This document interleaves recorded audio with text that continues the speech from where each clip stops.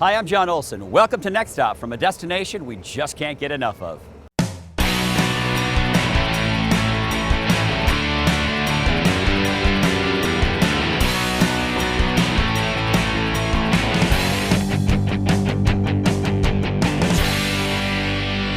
Welcome back to Oregon's beautiful Mount Hood territory, where there truly are 100 ways to play, and play is exactly what we'll do on this episode. We'll play in a corn maze and a pumpkin patch in wine country.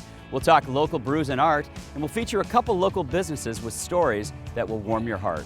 All this and so much more on Next Stop from Oregon's Mount Hood territory. The fun starts now.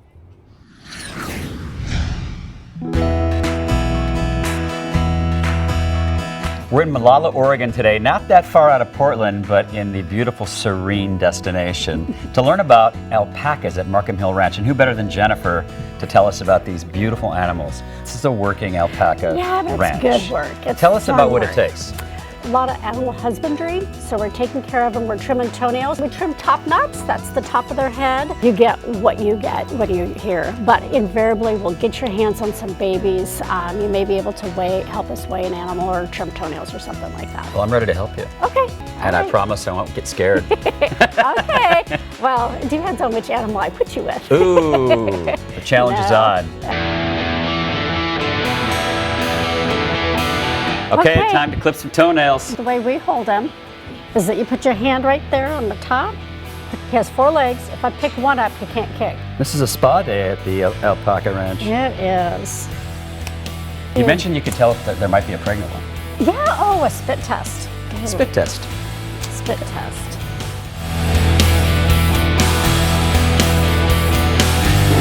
Okay, you got her to spit. Okay, walk on out with her. Come on, baby. She's her spitting. She wants nothing to do with him. Yeah. Okay. So my girl that spit today, is she pregnant? Oh, yeah. Yeah, we did that just. You kind of set it up, didn't you? Well, yeah, but I could have gotten one really nasty. Thank you for not doing that. Yeah. But really, you guys, this is a business. Yes, it's very And it's all about the fiber. It's about the fiber. I'm going to go talk to Bill about fiber. Yeah. Bill, my man, I understand that you are the fiber king. So you can probably go fiber 901, but I think I probably need to start at fiber 101. Okay, fine. Tell us about the fiber. Yeah, absolutely. The big thing with alpaca fiber is it's hypoallergenic. I was wondering, I have allergies, and when I was handling the alpacas today, Didn't bother you, I've had no problems. Yeah, that's why. You see the reflective quality of that fiber? Yeah. That actually will show up in a finished product. So you were a judge, you're not judging anymore, right? No, I retired. Now, obviously there's awards given out. All your walls are just loaded with awards. What's going on there? Did you guys win all those? We did. One of the things, I don't know if Jennifer mentioned or not, but alpaca comes in 22 natural colors. So these are woven, but that rug right there is all natural. How about this land around you? Just describe what it's like to live out here. Oh, it's great. There's a lot of freedom. It's quiet. There's space to do what you want to do. And then when we want to go into the city, we can go into the city, but we can come back out and kind of retreat back out here.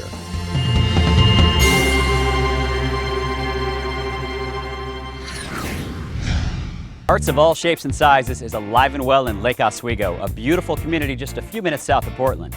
Today we explore the Gallery Without Walls, an award-winning community art program. This is super cool. Tell us about this concept. The Gallery Without Walls program started about 16 years ago and is a program where we offer public art on the streets of Lake Oswego that everybody can enjoy all year round. I know that this was done by a 12-year-old. Yes. Just a wee lad. That's amazing to me in itself, but this has more meaning, right? Yes, it really is amazing.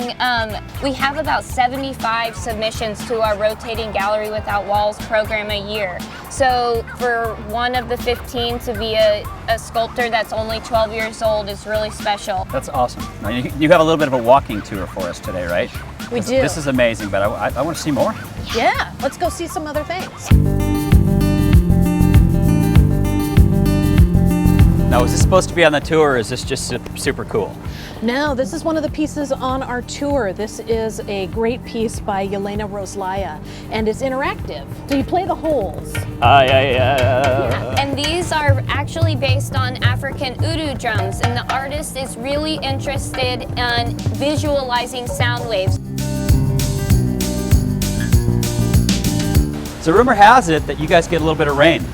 Sometimes. Just a little bit of rain here in Oregon. All the art is specially coated if it needs to be to protect from the outdoor elements, and all will hold up. The rumor has it you guys have a gallery with walls. We do. We have a fantastic indoor museum and gallery space, so let's head there. What are your favorites in here? Well, luckily enough, this show, Plein Air, was juried. First prize right here we have is by Randall David Tipton, and it's of a local scene, Iron Mountain. Next to it, we have our third place winner. It's pastel, and when you get up close to it, it's really interesting to see the amazing variation. Okay, so Lake Oswego is also known for its lake. Right. There is a lake here, There is a Exactly. lake. but we haven't seen the lake. Well, let's go see it.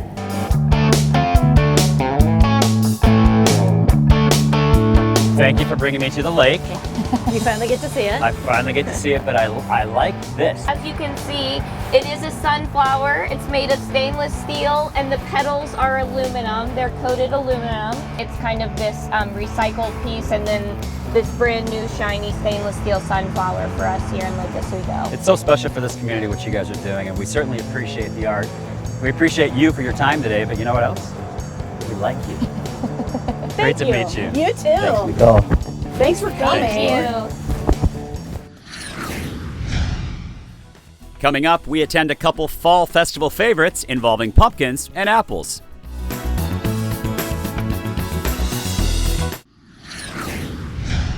We're at Leopold Farms in Boring, Oregon for an anything but boring fall festival. Let's start with the pumpkins, because that's kind of why we're here, but there's way more going on with the than just the pumpkins. That's right. So let's start with the pumpkins. Kids come here. They come out and they get to choose their favorite ones, some orange, some green, and some warty ones. And then they take them in and weigh them, and then they take them home to carve them. And this is truly a family-run business. You got all hands on deck. It actually takes our whole family to put it together. My nieces, nephews, my sisters all come out. Our kids all have a part of it. We really work hard to put on a great event for people to come to. But there's more than just pumpkins going on here. I saw the Burgerville truck here. How's Burgerville here? Burgerville's here because we partner with them to supply all their berries. We're here in the pumpkins right now, and they're in all shapes and sizes, which is really cool. But that corn maze is just calling me. I went to Nebraska where the corn huskers is just calling me. Can you take me in the corn maze? I can, but I'm worried about those white shoes. They're not going to be the same. Can you do it? What's a little dirt? What's a little mud? That's farm fun. And here's the mud. There's a lot of corn here. There's a lot of corn. What kind of corn are we talking? This is feeder corn for cows. It's pretty starchy. You wouldn't want to eat it. It's not sweet at all, but it's good and tall. Well, That's why we like it. Cows need to eat too. That's right. So they're very happy because it's starchy. Whoop. Well, obviously the public is out in swarms today. This is so much fun for families. I see families, kids right here in front of us. This is just like heaven for them. There's so much going on here. This is like a festival for the eyes. Kids are having a blast. Parents are, everybody's smiling. That's got to be fun for you guys. Out of farming, it is the most fun, and I love it even when school buses come and all of the kids are so happy to be here and get a pumpkin. It is a good place. This is fun farming. And they get to play in the mud. Definitely. In your mind, doing this for 16 years now, what's the highlight for you, and what do you want the public to take away? I think that we've really tried to grow it into a great family fun center to come and be with your family and friends, and just to have a good time.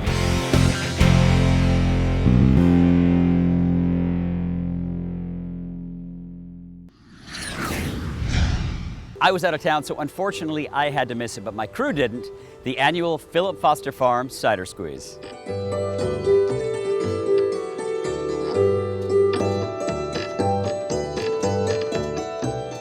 We call it the Philip Foster Cider Squeeze. It started actually with some of the early members of the Home Orchard Society getting together and making cider and selling it. And the main part of the event is that anybody can bring in apples and make their own cider.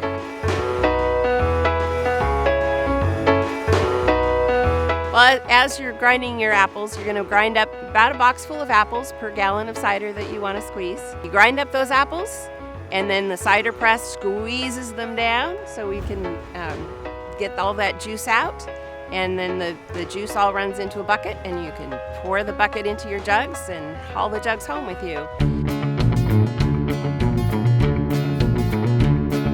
We have a lot of different vendors and different reenactors in historical costume that are here to explain about the history and to give people a hands-on experience. So you can build with a log cabin, you can grind corn, you can use a crosscut saw, and you can play in our little log cabins and see what it would be like to be a pioneer. Generally anything that would be done here would be a lot of farm tool equipment, repairing wagon wheels, forging anything that they would need. A lot of people, it's their favorite place to come because things get hot and people get to hit it with a hammer. It gives, I think, people a lot of resilience to know that you can live without all of the mechanical structures that we have in place now. We brought a couple of engines down here. What you see in the background, these are all gasoline engines. The way that you hear them running, you'll hear them bark, and then you'll hear them freewheel, and it's referred to as a hit and miss. They were used on the farms, such as the one that we're on, prior to electricity. Here at the Philip Foster Farm, we like to say that you can get your hands on history. And that's really the difference between us and a lot of the other museums, is that we really allow people to have a hands-on experience and get close to the history. We are only 45 minutes from Portland, and a lot of people come out here and are surprised that they didn't know we were here. We're a very well-kept secret. We'd like to invite our neighbors to come on out and see what it's like.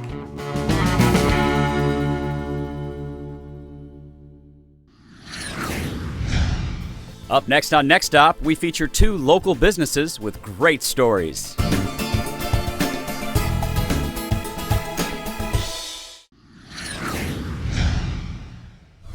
We love a great story, and that's exactly what you'll find at Bob's Red Mill, a local company way ahead of its time. Bob's Red Mill has the widest variety of grain products of any milling company in the whole world. We use all these grains and seeds and beans and nuts to create 370 different products. So I want to talk about this funny looking stick. What is that thing? Well, the story of this funny stick started several years ago when Bob's Red Mill entered the World Porridge Making Contest over in Scotland. And ta-da! 2 Saturdays ago, Bob Moore put the golden spurtle back in Bob's Red Mill. There you go. Look at that. Winning. 2 Saturdays ago. We're so proud of Bob. But let's go ahead and start looking at some of the machines, all right? Well, we're standing here in the historical equipment display, and these are some of the actual mills that Bob used when he first started the company 38 years ago. How did Bob get into this? Like, what made him get into milling? Charlie. His Bob wife. is always very quick to give credit for our company to his wife, Charlie. Now, Charlie was a young wife and mother back in the 1950s, and she took the responsibility of feeding their 3 little boys very seriously. Charlie loved natural foods. Bob loved finding old pieces of equipment, taking them apart, figuring out how they worked, and getting some more use out of them. It was Bob's love of old machines and Charlie's love of natural foods that came together when they discovered these old-fashioned stone mills. People want to eat healthy. They're looking for a healthy lifestyle, and so they begin to look for products that will bring them that kind of vigor and that kind of health. Now, I drove by the other day another location that was very red, very white. That's our company store. If you thought that you had a lot of Bob's Red Mill products in your home grocery store, wait till you see my store. We have everything there and in every size that we make it.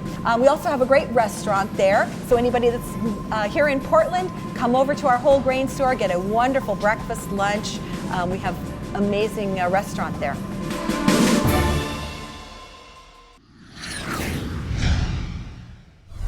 I'm staying at the Sandy's of Time beautiful bed and breakfast, and it's not Sands of Time, it's Sandy's of Time, which I just clarified. Now, if you look up the definition of labor of love in the dictionary, I think you find Sandy's of Time. This was a true labor of love. Al, you made promises to your wife.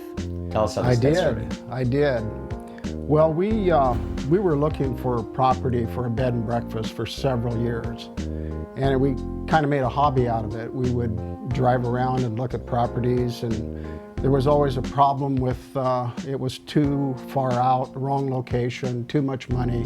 But then this one came along, and right when I saw it, I knew that I wanted to get into this and redo it, refurbish it, and have a bed and breakfast here. So what were you thinking, besides shaking your head? Yeah, honestly, I was expecting so much more. He was so excited about the property, I couldn't wait to see it.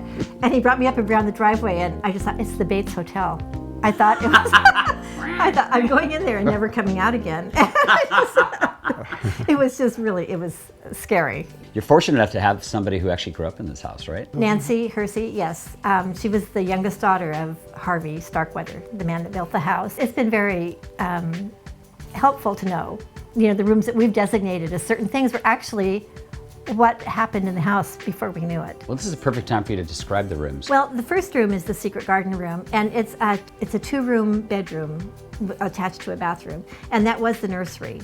And then the next room was Hugh Starkweather's bedroom, one of the men, one of the boys. And the next bedroom, the summer garden, was, we believe, Alice Starkweather's bedroom. And then the large winter garden suite was Harvey Starkweather's bedroom. We got the 2 stories done, the bedrooms upstairs and then this floor. And I wasn't going to do anything with the basement. But then I got to thinking, you know, if I don't do it now, I'll probably never do it. We put in a large theater room. So we made use of all the square footage down there, which was a couple thousand square feet. There's also one piece of furniture in this house that is absolutely my favorite piece in the house, and that's your stove. Oh, I know, I love my stove. I mean, almost I bought the house so I could have that stove. I had to promise her that stove. You've done it now, you have a successful bed and breakfast. Would you do it again? Definitely. Oh, absolutely. I love it so much fun. now. I just love walking around outside in the morning. It's gorgeous out there.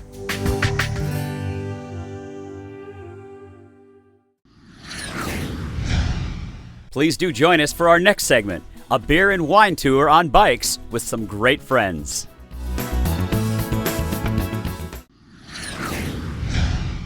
Today's going to be an awesome day. I get to start out at a local Oregon City brewery with some of my close friends, and then we're going to head out into Oregon wine country on bikes. Hey, John, what's up, buddy? good to see you again. Tommy, what's up, my buddy? Karen, this is going to be an awesome day. Heather, awesome to see you again.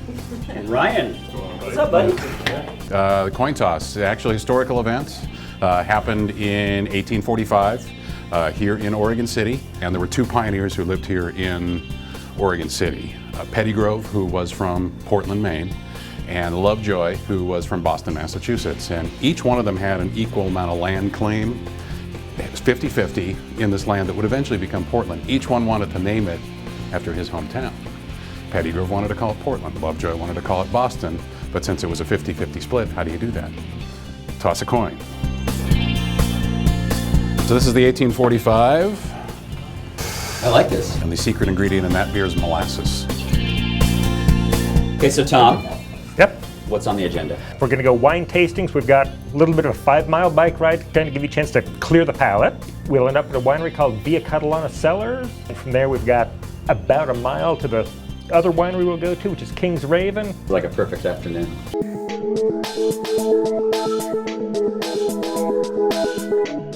This is really cool, man. It's got to be the most unique winery I've ever been to. It was a lot of work. My wife and I actually designed all of this. We used all unskilled labor with ourselves and other workers, and our idea was to make it look like it was 900 years old and it was built by peasants. Petite Sirah actually is pretty rare in the Northwest because it's a hard grape to grow here. It's one of the last to ripen, and the clusters are really small and tight. This is like the most versatile wine we have. It's good over ice cream, vanilla cheesecake. You can mix a little bit with an oil and vinegar salad dressing. I mean, it just goes on and on what you can do with it. Where's next? Next stop is King's Raven, about a mile up the hill. What are you drinking, girls? The Foch. We're one of the few truly estate wineries, so not only family operated, but we grow all the grapes ourselves right here. Yeah, there's no Cabernet, no Syrah, but comparable wines. This wine, it was named after a very famous French winemaker, and it's a French-American hybrid. It's a very smooth character with a little bit of a raspberry-strawberry finish. This is our 16th vintage, so we've really just been bootstrapping this, but yeah, we hear that all the time. We drove right by, and we've been driving by for years, and we didn't even know you were here. We found you, and I'm glad we did. Yeah. Cheers. Cheers. Thanks, you guys.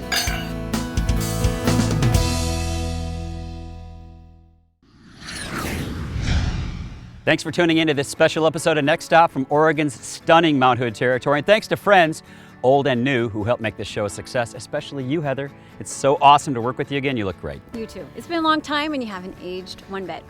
You see the eye roll? And a special thanks to our Oregon's Mount Hood territory. They've been a fantastic sponsor. They always are. And what about Mount Hood territory? All the treats that you didn't even know existed in your own backyard. I've been a native Oregonian and had no idea these places existed. So. Well, there's actually over 100 ways to play, and we're just skimming the surface. Next stop, where will we take you next? Make good memories, everybody. He is a 12-year-old sculptor who hails... Sorry, what was that? You're a little bit loud. Oh, sorry. No, I said a wee lad. Oh, I thought you were saying, oh, you guys are super loud. Oh, okay. No, I'm screaming. We got our first blooper. That's Okay. You're super loud. No, and a special thanks to our sponsor, Oregon's Mountain Territories.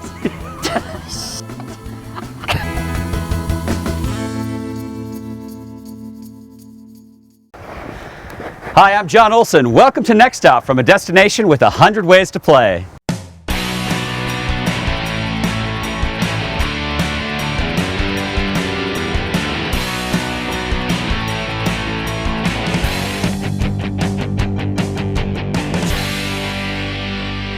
Welcome to Oregon's Mount Hood territory, where there are 100 ways to play all 4 seasons of the year.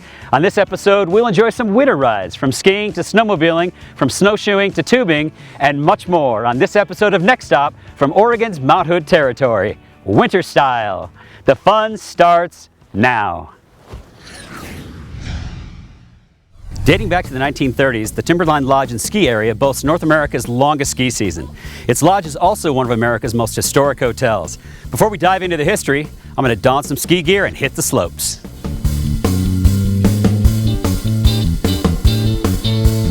This is John, my new buddy. He's going to be my guide today on Timberline. John, what's in store? We got a ton of stuff in store today. Right now we're standing about 1,000 feet above the historic Timberline Lodge. We're standing in front of the iconic Silcox Hut. You can kind of see the summit back here behind us. We monitor the health of the snow and the glacier and what's going on, and we're looking at about 54 feet of snow up there. So I think we're going to have a good summer ski season this year. You know, I love chatting with you, but you know what I love more?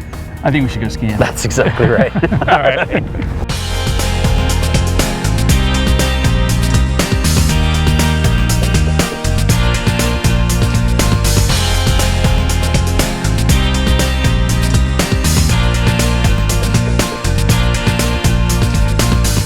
Okay, John, I'm positive back in the 90s, I was inside this room drinking beers midday, another gorgeous day like this with my buddies from Portland. You know, I was probably sitting right next to you when we didn't know each other.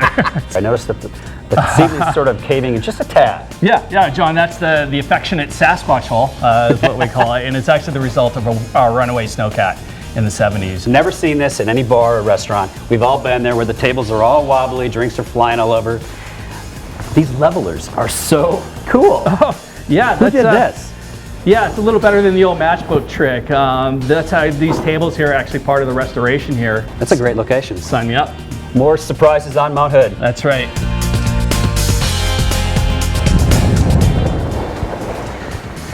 you think of the snow so far? It's pretty awesome. Like near perfect, seriously. Right. So we're here at Thunder Park. Timberline, we really pride ourselves in the park. We were voted one of the top 10 terrain parks in North America. Why don't we jump in and do some hucking?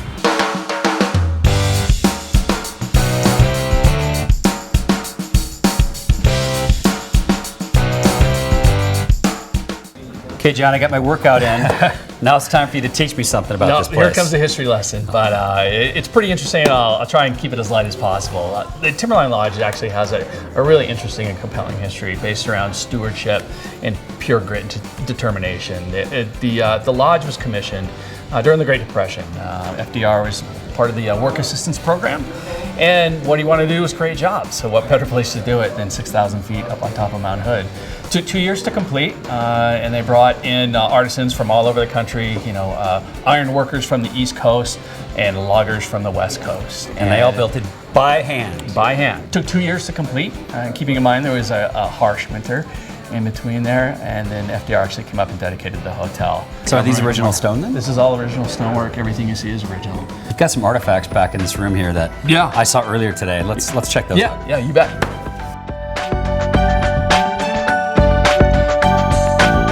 So it looks like we're not the only ones learning here, John. That's right. You come up here for a ski vacation with your family and have some great days on the mountain and whatnot, have some food, but you're also learning something here. They're actually doing a treasure hunt. We actually have a full-time curator on staff. At the dining table, the family grew up here at Timberline or whatnot, and he tells me the story about how he was very young and he was taking the fork and jabbing it into FDR's chair. Into the arm of FDR's chair.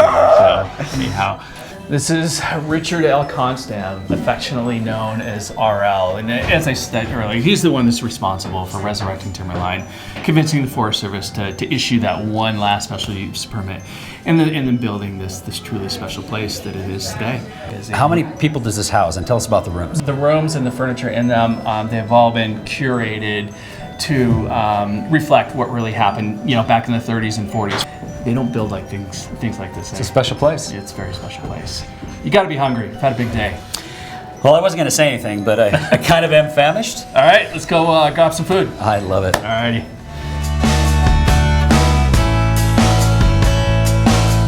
John, this looks pretty tasty. Yeah, we are in the Ram's Head restaurant at the top of the head house in the main Timberline Lodge. That being said, we do have 5 other restaurant offerings on the property. Anything from fine dining to pizza to more of a, authentic street taco offering. So there's definitely something for everyone after a long day on the hill. What do you hear from people who walk into Timberline for the first time and take a look? I think I see it all the time. Like, people come up here for a ski experience or a lodge experience vacation, and they've been in lodges before and they're all nice. But when they come into this place, their jaw drops. Cheers.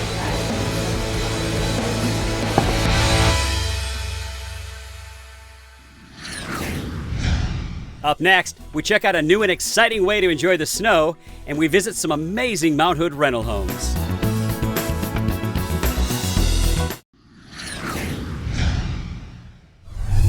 For today's adventure on Mount Hood, we're with the Bike Concierge for Fat Tire Biking.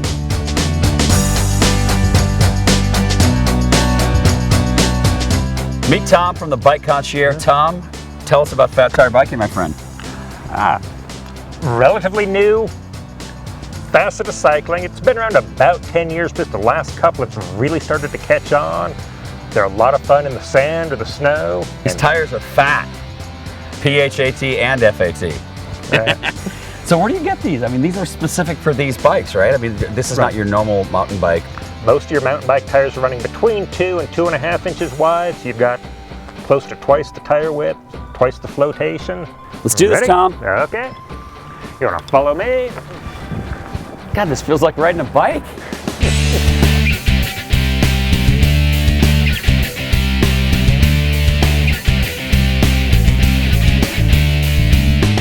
Tom, this is fun.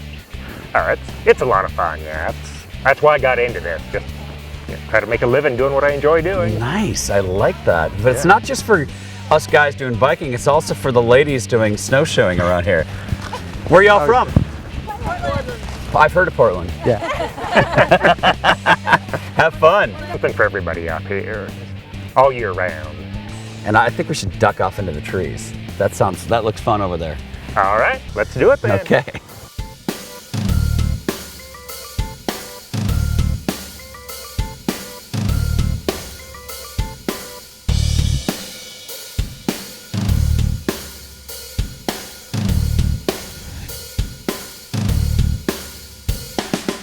This is way easier than it looks, I think. Like I said, we got lucky with snow conditions out here. I took my team up to Mount Bachelor for a race a couple of weeks back, and that was a lot harder going. I've never seen this, Tom. This is the first time I've ever seen this.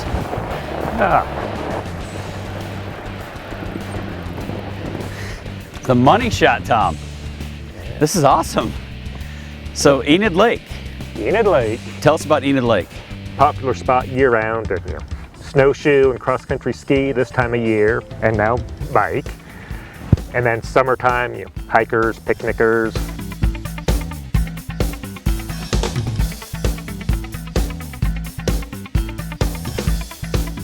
I guarantee you when my wife and kids see this, they're gonna say, I wanna do that, I wanna do that. But the truth is, everybody can do this. Everybody can do it, right? I've got bikes for kids too, so bring them on out. Be careful what you ask for. See you soon, buddy.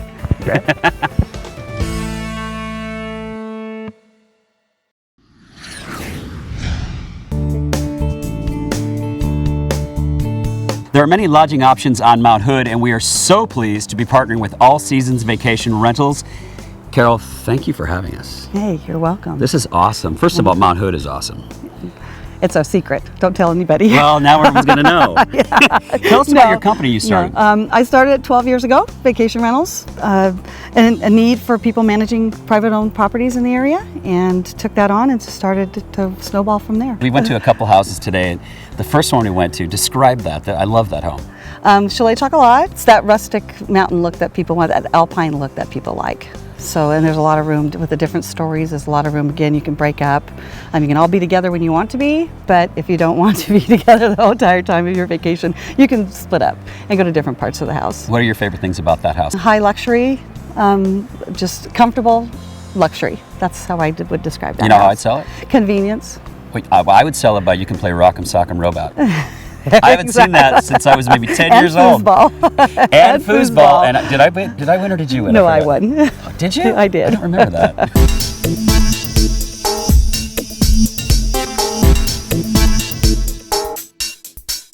From luxury and elegance to just retro cool, the second property we visited. That's a true A-frame cabin from the 60s. When people first came up here with their wool suits and their wooden skis, that's the place you stayed. So it's very unique that the owners kept it original. There was no upgrades really in this house except for a small addition, but people love the feel of that old cabin.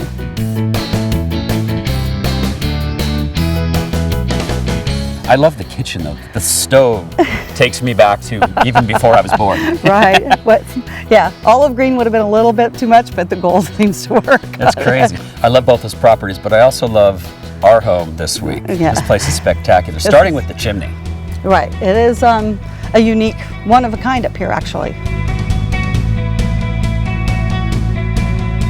Wow. Check this kitchen out. I know. A dining room, seats 12 at the table. Nice. So everybody gets to sit together, but this spot over here seems to be the place to be. This is really nice. What an open kitchen. Yeah. Love the plan. It's designed for family. It's designed for big family and gatherings. I really thought about every detail putting this house together. But I also love the open nature of both of these rooms. Yeah, the flow is really nice. Let's check out this room. Okay, all right. First thing that screams to me is the chandeliers. Right. Let's head upstairs and check out some of the rooms. Okay. Now, there's a special stairway you tell me about. There is. What's it called? Stairway to Heaven is what I call it. Why that? It's the top floor. There's 2 little bunks up there. This is so cool. This would be where my kids would sleep, I can guarantee you. Each room is a little bit different. Describe the bedrooms. The master suite is the biggest of the 3 with its own fireplace and step-in jacuzzi tub and large stone walk-in shower. This other room downstairs is unique to itself. It's got the A-frame. It's a It's the original bedroom in the A-frame, so it's got more of the A-frame feel to it. And of course the sauna is in that room, so it's got an indoor sauna also. I'll be using that later.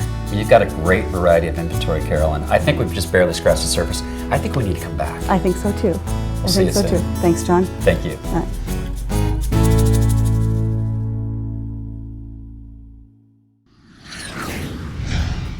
Up next, we celebrate a day in the snow, including snowshoeing, snowmobiling, and cross-country skiing.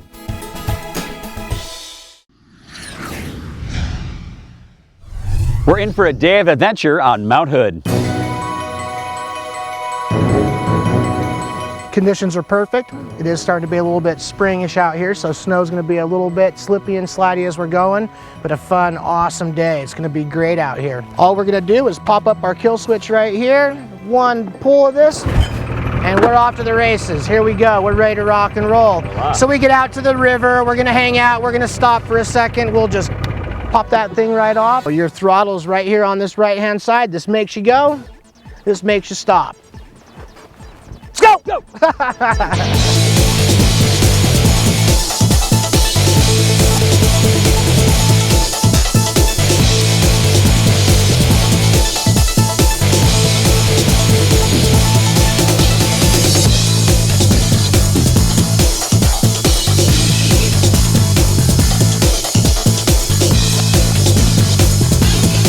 Cool, that was fun, guys. We're tearing it up there for a little bit. We're moving quick, having some fun. Gonna slow down the pace a little bit now. Gonna throw on some snowshoes and go wander in the trees and go see what we can see.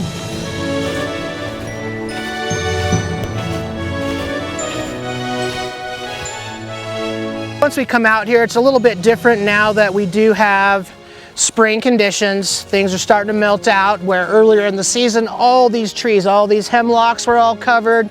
These true firs were covered up, everything was covered up, and you're gonna see little mounds, but this is a good spot to look, is like all the rolling terrain that's going on. We could still get in a little bit of trouble by stepping on one of these trees when they're there. You sink in, now your big foot went down there. Sasquatch, Bigfoot.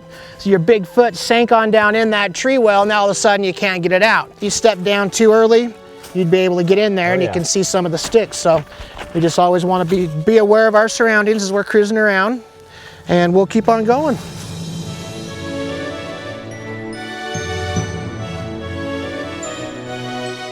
I see cougar coming through this area quite often, but this is pretty fresh. It is getting a little bit bigger. It does not look like there's claw marks in there for the coyote. This western hemlock with these small cones, the story is that the Great Spirit called all the trees together to come line up and get the pine cones. And John, the western hemlock, was over in Hawaii with you checking out some of the, coconut trees over there? Sure. Coconut trees over there, and ended up being the last one in line to get its pine cones. And because it was the last one in line to get its pine cones, it got the smallest ones of all. Final push here, guys, final push. Nobody told me I had to do a hill. Ah, whose idea was this? So really, guys, why would you snowshoe when you can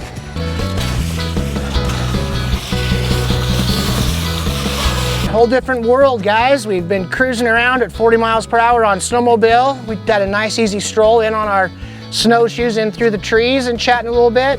And now we're upgrading to some cross-country skis, super fun. So I'm just gonna get my toe up in there, click on down, and you are now locked in, ready to rock and roll.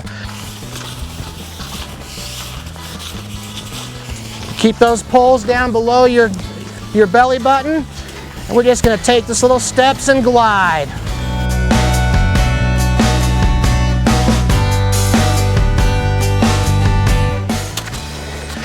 You know, and then these have posi tracks on the bottom, so you can just take regular steps on up the hill. You just take big old steps, and you can feel that posi track really working. If you start slipping backwards, then we move into a little herringbone.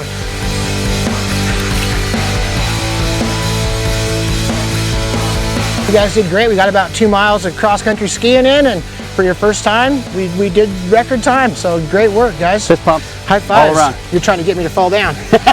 Yeah, you guys are welcome anytime. Send your friends, your family, and like I say, we just want to get people out, so come on out.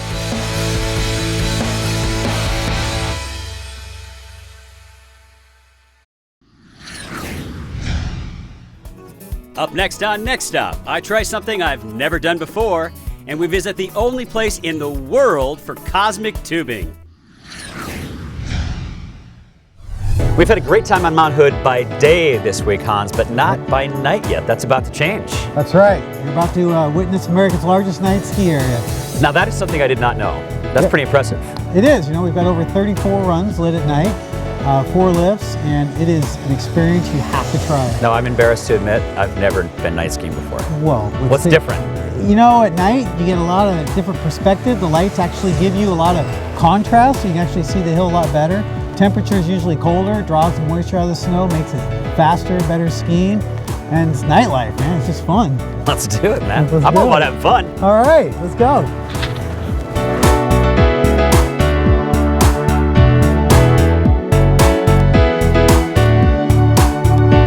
But yeah, you can ski till 10 o'clock every night, till 11 on Friday and Saturday. So you can get a lot of skiing in for a great price. Well, you're so close to Portland too.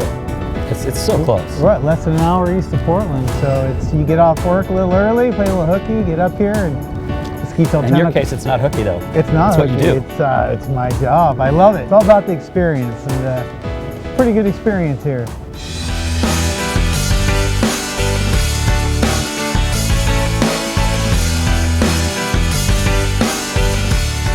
This is so quaint.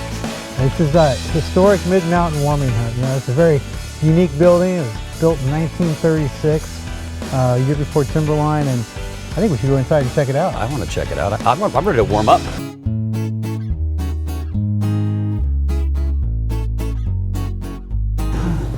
Pretty killer fireplace, Hans. This is the warming hut, so it's the perfect spot to come in, warm up, get a little food, refuel. Hey, there's Blake. What's going on? Come on, Blake. What's up, Blake? Hanging out. Want to go do some turns with us? Yeah. All right.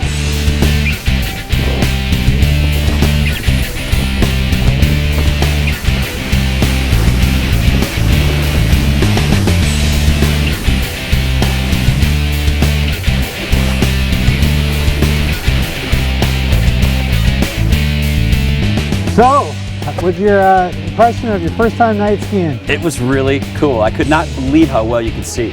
I thought you wouldn't be able to see. Well, you know, not everybody can ski, so if you're looking for something else to do, we got some other activities we can show you over at Ski Bowl East. Really? You ever heard of cosmic tubing? I've heard of cosmic bowling. Well, this is like cosmic bowling on steroids, so we should go check it out. Sounds fun.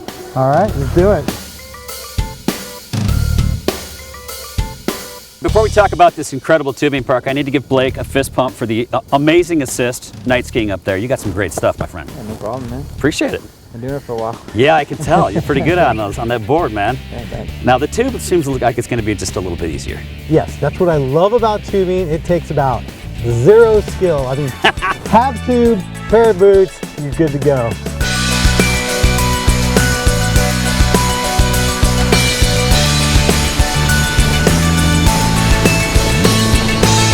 So this is awesome. This is packed on the weekends. Packed. It's lots of room for a lot of people. Just spread them out.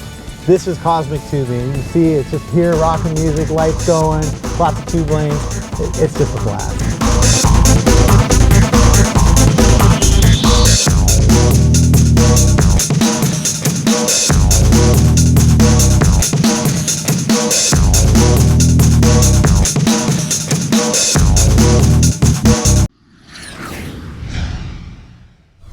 Thanks for tuning in to Next Stop from Oregon's Mount Hood territory, a destination with 100 ways to play. We love it here, and so will you. We also love our sponsors, Oregon's Mount Hood territory and Alaska Airlines. Next Stop. Where will we take you next? Make good memories, everybody.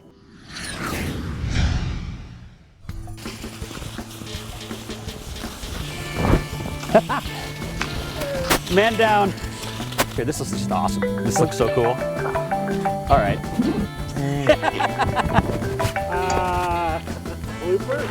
We're in for a day of adventure on Mount Hood.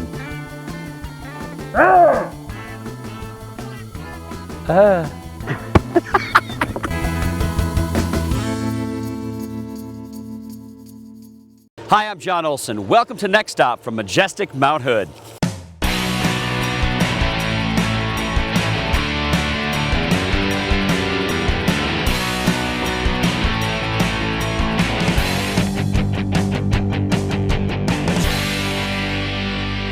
Oregon's Mount Hood Territory is one of the most spectacular regions in the world.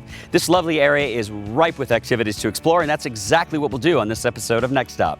We'll mountain bike, we'll kayak, we'll snow ski, we'll golf, we'll explore a lovely farm dinner, and one of the most incredible music festivals you'll ever see.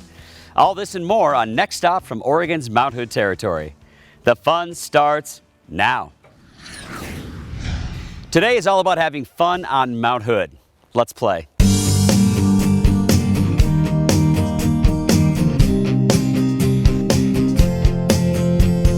So Steve, I've gotten to do a lot of very cool things on Next Stop, but I have never skied in August. It's the place to be. It's really about the only place you can do it, unless you're in the southern hemisphere, so. It's the only place in North America you can ski, right? Right. That's so cool. Obviously, we're not alone. There's a lot of people here. And there's probably at least 15 camps up here today. Over there, all of the race camps, they're running lanes, getting better at running gates, and usually most of them are competing. So you're saying pretty much anybody who's anybody in the skiing or snowboarding industry makes a trek to Timberline in the summer because this is really the only place they can train. Absolutely. So we're gonna ski this today, obviously. How is the snow different? Educate me. Okay. Well, it's all been recirculated over and over again. We haven't had snow in a while, so it's very granular. Similar to corn snow, to the extreme, really. As it gets warmer and gets deeper, you can get your edges caught up in it too. So you just have to be careful. So it's fun. Yeah. All right, let's do it.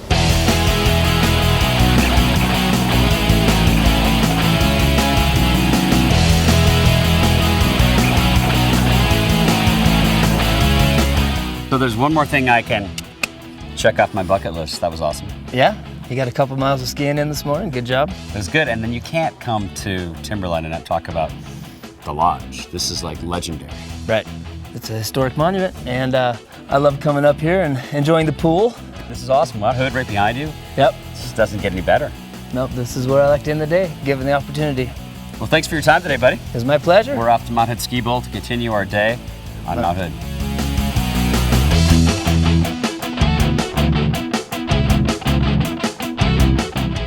So where else can you snow ski in the morning and do alpine sledding, mountain biking, and other activities in the afternoon? Mount Hood, that's where. That's right. This is the spot, Mount Hood Ski Bowl. This is awesome, man. Now, I've been here in the winter, but I've never been here in the summer. You guys have over 20 activities? Yeah, we've got over 20 attractions where you control the ride, including Northwest's only half-mile dual alpine slide, which is right here behind us.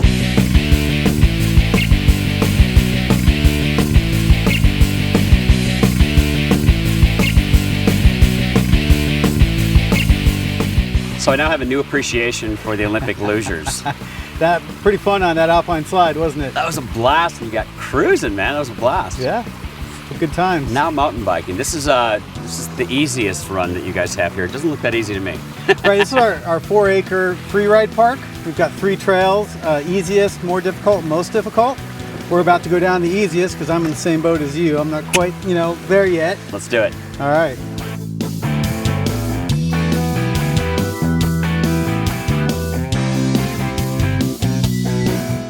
Now for something new. Completely different. This is the Treetop Action Zone, a new attraction here that we just opened up 2 weeks ago. We have the 5-story Tarzan freefall swing where you're clipped in to a rope. You just step and swing right out towards the mountain. Cool.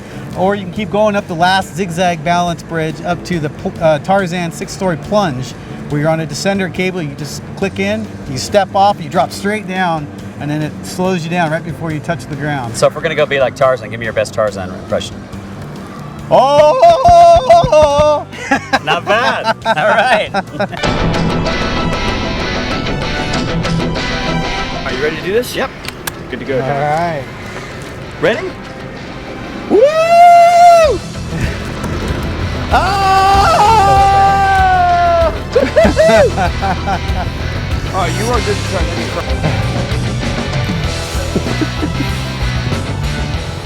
What'd you think of that? That was a blast. That was so much fun dropping off of that. I didn't know quite what to expect. Just stepping out into space and boom. I'm not gonna lie to you, I was a little bit nervous standing out on the platform. I was like walking out on the plank going, oh my gosh. Well, I wasn't gonna tell anybody, but I guess you just told everybody. So. What a great day at the park. Started with Timberline, then Mount Hood Ski Bowl. There's never a bad day on Mount Hood. You hit a few of the good attractions here. We've got a lot more. You'll have to come back another day and do the rest of them. Thanks, buddy. Thank you.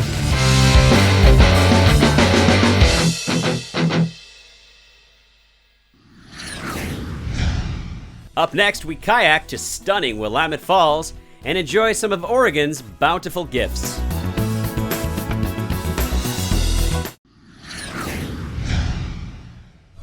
We're with Energy Kayaking in Oregon City, about to explore the mighty Willamette River. So welcome to Energy Kayaking. My name is Sam Drivo, and we're down here on the wonderful, mighty Willamette River, about a mile below Willamette Falls, and we're just gonna paddle up to the falls, and in the process, check out a couple of the great sights along the way. When you're sitting in the kayaks, if your knees are splayed out to the side, it's easier to separate your upper and lower body. Beautiful down here. Yeah, it's nice out, huh, John? It's gorgeous.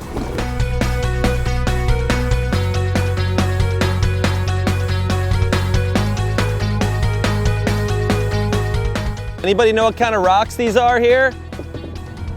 Hard? Hard rocks? Yes, the rocks are hard here. It's Columbia River basalt. So this arch bridge right here is the first single span arch bridge ever made completely out of concrete by an architect named Conde McCullough. And there's about 150 other bridges in Oregon that were designed off of this bridge.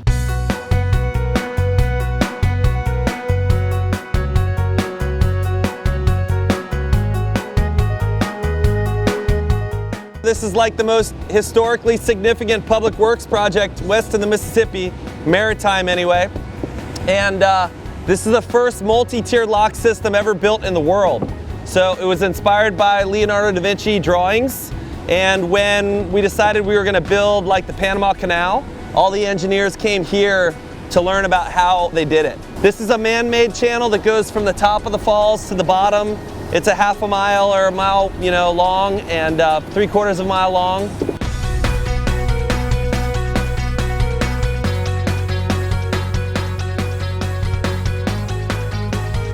This whole area over here, like I said, it was a flour mill, and then it turned into a woolen mill. And back in the early 1900s, but I think it was by 1915, they had created and sold over $5 million worth of woolen merchandise, mostly for the federal government, for World War I uniforms and blankets. You can see upstream from here that you can just start to see Willamette Falls. Right now, the majority of the water is running through the turbines and coming out from a different place. That's why the waterfall doesn't look like it has that much water. But that actually is the second largest waterfall by average volume in the US, next to Niagara. But as you can see, the majority of the water right now is coming out of those generators. Everybody has their AC kicked on right now. The power usage or the power demand is high at the current moment.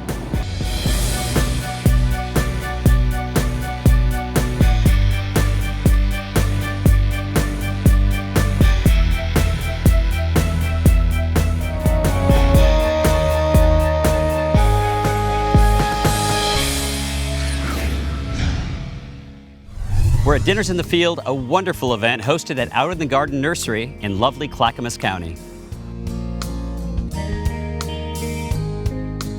I want to welcome everyone to Out in the Garden Nursery. The idea behind those dinners started last year. After we opened our restaurant for 4 years, we decided to take our food on the road a little bit.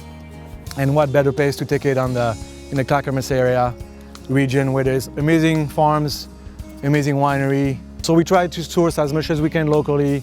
We try to work with many people local as possible. I'm gonna let Carol talk about what she does here, and I'm gonna start cooking. Enjoy your dinner. Have a great time.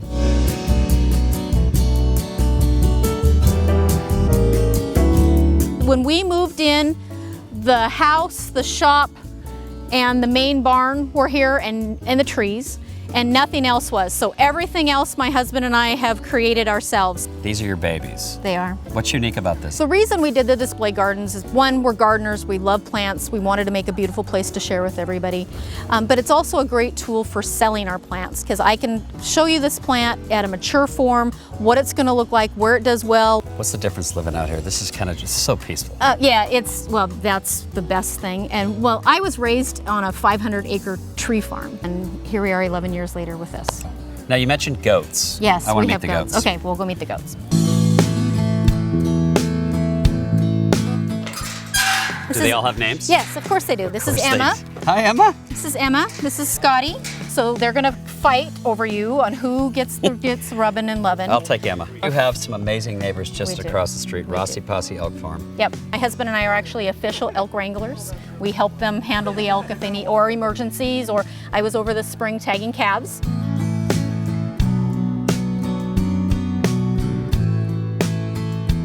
And she makes jewelry. She does. Unique jewelry. Yeah, she makes crappy jewelry from elk poop. I think that's awesome. You It got is. goats. They have goats. You have petting farms here, the nursery, Yep. the elk farm. Not that far out of downtown Portland. Nope. We're 45 minutes from downtown Portland. It's great out here. And your event tonight is just fantastic. Thank you. For a good cause. Thank you. Are you hungry? I am. Let's eat. All right.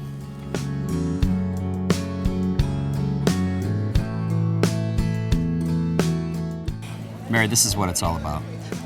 Thank you. It's a beautiful night and a very beautiful event. Locals getting together, supporting the local farmers, having a good time in a beautiful setting. And Talking you to mentioned how you friends. met Chef Pascal and how this sort of synergy just kind of happened. Yes, we were learning about different ways that farms stay viable in Oregon's Mounted Territory.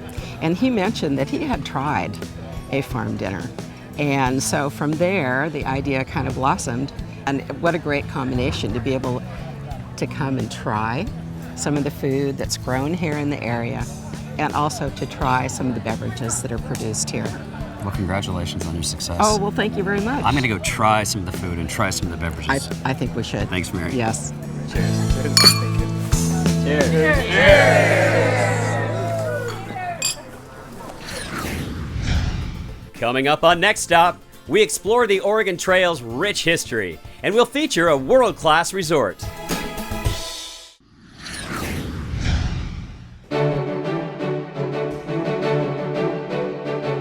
We're in Oregon City at the end of the Oregon Trail Interpretive Center. Before we talk about the end of the Oregon Trail, Missy, let's talk about the beginning, which kind of is what this represents. That's right. We are standing in Independence, Missouri. This part of the room is all the things they would have to leave behind. And this is all the stuff they need to take with them. These things right here are for one person, all those increments. 75 pounds of bacon kind of stands out to me. I kind of like bacon. Bacon makes everything better, right? You could make it if you had your bacon. So, Missy, how long did it take to get from Independence to Oregon City? 6 months. And the way they knew when to leave, they had to do with the grass in Independence, because they wanted their oxen to have a lot to eat, good food to eat as far as possible before they had to start looking for their food. It's the end of the trail because we're the only land claim office west of the Rocky Mountains. Even San Francisco had to come up here to file their plot plan. So I love how interactive this is. You've got Lincoln Logs over there, you have tablets for people. This is really a self-guided tour. It really is. And it's really, I even recommended people bring their children, and I know there's a lot of museums that have artifacts like this that don't necessarily relish 6 kids coming in and touching things. And touching things, but we let them touch them, we let them run, and because there's lots of space, and so that they really get a good feeling about what they listen too. Sometimes they're more engaged than the adult.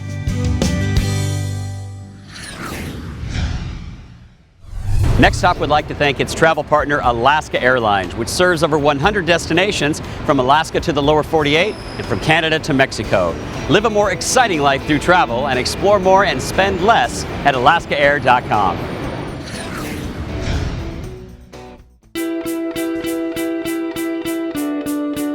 We're at the Resort at the Mountain in Welches, Oregon, just a few minutes outside of Portland, John, but I feel like I'm a world away from the hustle and bustle. This is spectacular. Thank you. Well, it's the first golf resort in Oregon, and it's the only mountain resort in all of Oregon. You're full service. You've got a really nice spa. We checked that out today. Right. We encompass, 284 acres. We have 3 golf courses, 3 nines. We have 2 restaurants, 2 bars, 15,000 square feet of indoor meeting space. We have croquet, we have lawn bowling, we have a wedding lawn. The Salmon River runs right by our golf course, and we have the Weeburn, which is a spawning salmon stream.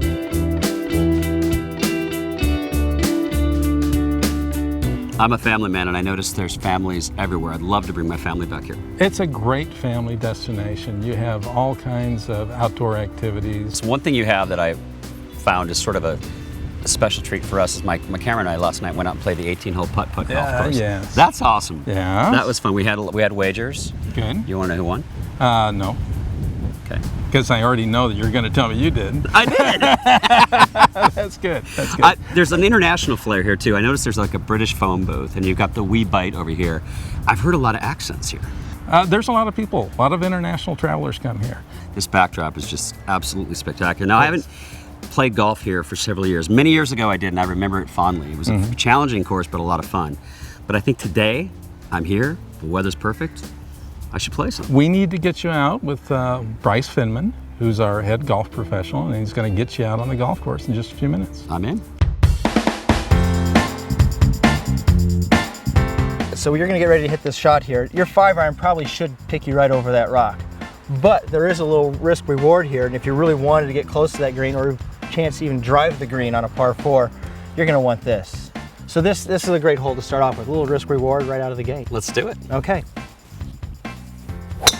Oh, sounded good. So I'm digging the course, I'm digging the resort, but I'm digging the pink putter. Leave the putter alone. We're gonna go into the pink putter. I like it, it's cool. What makes it go in the hole, we don't care what it looks like, right? No, we don't. No. Looks don't matter. That's my angle. Well, I like it. I love the course though, man. This has been, what a job you have. What a place to work. What a sense of place at the base of Mount Hood. The only course in Oregon like this. It's unique. I love being here.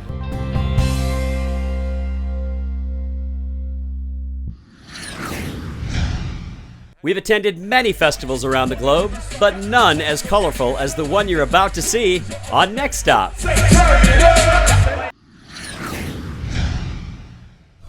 We're in Happy Valley, Oregon at the Pickathon Music Festival.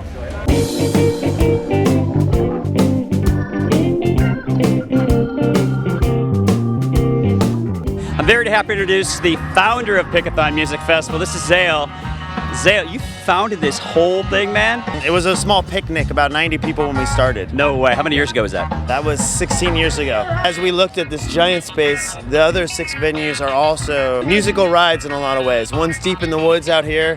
Another one we built as a postmodern industrial structure with a PSU architecture department called the Tree Line Stage. Cool. We have Galaxy Barn over here, which is a kind of your rock and roll paradise ride. It's always dark, whether it's noon or 1 in the morning. Everything's different, man. You have so many different feelings going on here, so many different moods, and the people going here, everybody looks so colorful. This is one of the most colorful festivals I think I've ever been to. That's great. I mean, we have high praise. We have a lot of bands who played last year and previous years. They're on vacation here. So that's kind of the highest compliment for us, is that they would go off a tour or take breaks to just travel back to come to the festival to see music. So it's been really fun. We don't take it lightly. I've never been to a festival of this size, especially, where I see so many kids and everybody's having a good time.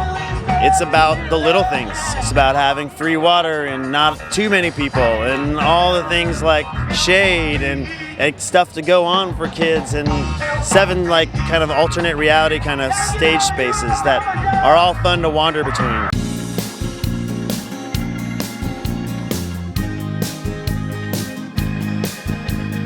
The production staff behind the scenes here at the music festival is amazing. We ran into Bobby here, who you go to festivals all over the place, right? Yes, I do. I've done String Summit, all those big festivals. It's an amazing festival. I mean, I probably do 10 a year from here across the country, and by far, I'll give up anything for this festival. I think I'll be back next year. Tell us about what you got going on here. This is awesome. This is a jib that I built about 4 years ago. I came out from New York. I worked jib, here and there, and I said, I want to build one. With this, we get the overhead shots. Anything that regular cameras on the floor can't get, I kind of come over the top during, guys, you know, jamming out on their guitars across the crowd. So it's, I mean, how do you beat it?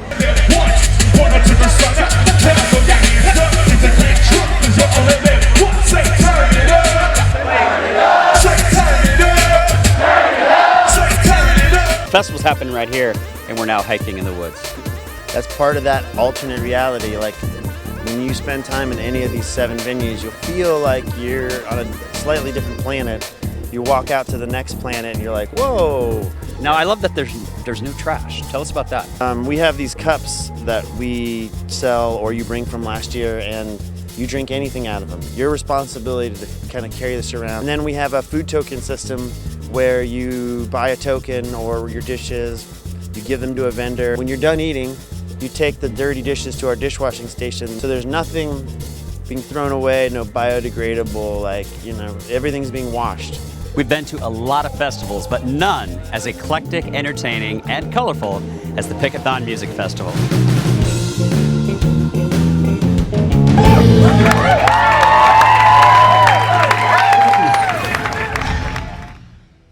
Thank you so much for joining us on Next Stop from beautiful Mount Hood territory. This is one of the most amazing pockets in the country, and if you haven't been here, I highly suggest you check it out.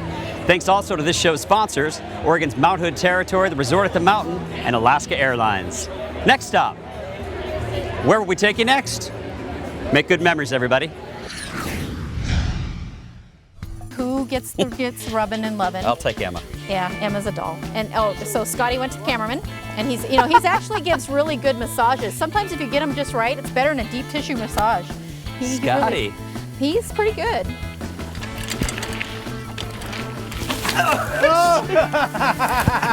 Woo! Blooper!